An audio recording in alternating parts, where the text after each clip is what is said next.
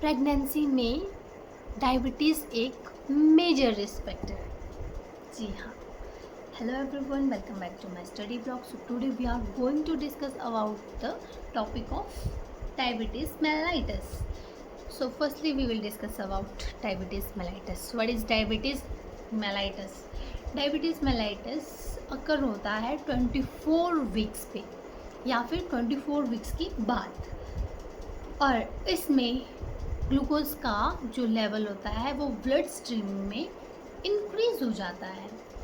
और diabetes pregnancy में जो डायबिटीज़ है वो क्या होता है, वो सिम्टम से पता नहीं चलती। इसके लिए एक स्पेसिफिक टेस्ट होता है जिसका नाम होता है GTCT, glucose tolerance challenges test.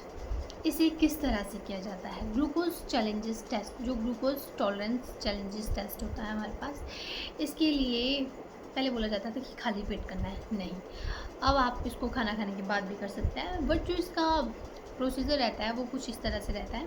75 ग्राम का आपको ग्लूकोज दिया जाएगा, उसको 300 ml में डिज़ोल्व करना है, अच्छे से घोलना है और फिर 10 to 15 मिनट्स में पी लेना है। देन उसके बाद 2 घंटे के बाद अपना ब्लड सैंपल देना है और फिर नेक्स्ट डे अपना रिपोर्ट लेना है। अगर आपकी रिपोर्ट अच्छी आती है, ठीक आती है, 140 से कम अगर आपका शुगर लेवल है तो वो बिल्कुल नॉर्मल है। बट अगर 140 से अबव आ रहा है तो आपको GDM है, जेस्टेशनल डायबिटीज़ मेलाइटस। अगर 200 से अबव है तो आपको है ओवर जेस्टेशनल डायबिटीज़ मेलाइटस। तो अगर आपके पास 140 से अबव अगर आपका रेंज आ रहा है, वैल्यू आ रही है, सो आपको दूसरा टेस्ट दिया जाता है जिसका नाम है OGTT, oral glucose tolerance test.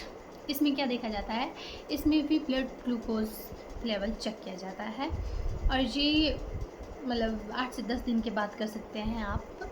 जैसे आपका एक जो ये ग्लूकोज चैलेंजेस टेस्ट होता है ये हो जाता है, उसके 10 दिन बाद आप ये वाला टेस्ट करेंगे तो इसमें आपको रेंज एग्जैक्ट बताई जाएगी। अगर ये ट्रीट नहीं हो, अगर ये मतलब कि उसमें भी अगर वैल्यू ज़्यादा है तो फिर आपको डॉक्टर की प्रिस्क्रिप्शन के अनुसार मेडिकल ट्रीटमेंट लेना पड़ेगा। सो ये था कुछ डायग्नोस्टिक इवेलुएशन। अब मैं आपको बताती हूँ कि जेस्टेशनल डायबिटीज़ हो रहा है तो इसके कॉजेज़ क्या क्या है। Causes of gestational diabetes, first one is genetic. अगर आपकी मदर को है, ग्रैंड मदर को है या फिर फर्स्ट डिग्री रिलेटिव में किसी को भी है तो वो आपको भी होगा ही होगा। Second is age above 25 year. अगर आपकी उम्र 25 साल से ज़्यादा है तो उन्हें भी जेस्टेशनल डायबिटीज़ होने के चांसेस हो सकते हैं।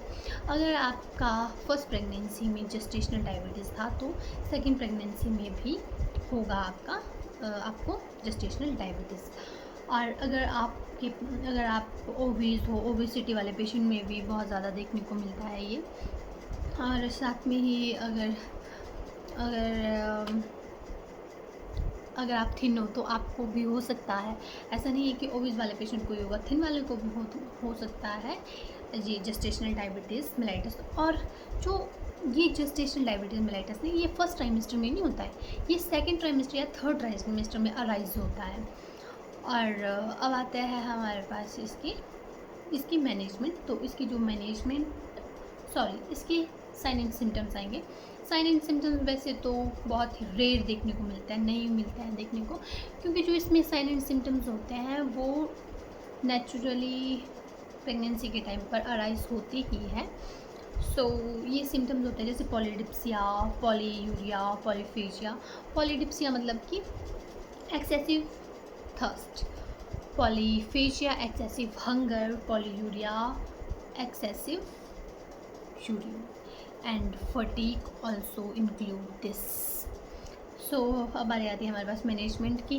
तो सबसे पहले हम करते हैं जनरल मैनेजमेंट। जनरल मैनेजमेंट में क्या होता है कि सबसे पहले अगर आप खुद से अपना ब्लड ग्लूकोज चेक करते हो, वो मतलब कि अपना रूटीन मतलब अपना blood glucose, fasting blood sugar वगैरह चेक करना है। और साथ में ही साथ में क्या करना है, डाइटरी पैटर्न अच्छा रखना है, अपना डाइट का पैटर्न अच्छा रखना है, एक्टिविटीज़ रखनी है, सीडेटरी लाइफस्टाइल नहीं जीना है, फिज़िकल एक्टिविटी रखनी है, एक्सरसाइज करना है, वॉक करनी है। ये आता है आपका जनरल उसमें मैनेजमेंट में। फिर आता है आपके पास मेडिकल मैनेजमेंट, जिसमें कि आपने दवाइयाँ लेनी है, जो भी डॉक्टर प्रिस्क्राइब करेगा, मेटफॉर्मिन या फिर अदर मेडिसिन कोई भी अगर वो प्रिस्क्राइब करता है तो वो लेना है। बाकी अगर आपको ओवर डायबिटीज़ मेलाइटस है तो आपको इंसुलिन की भी ज़रूरत पड़ सकती है। So that's it in this video. I hope you all are enjoy this blog.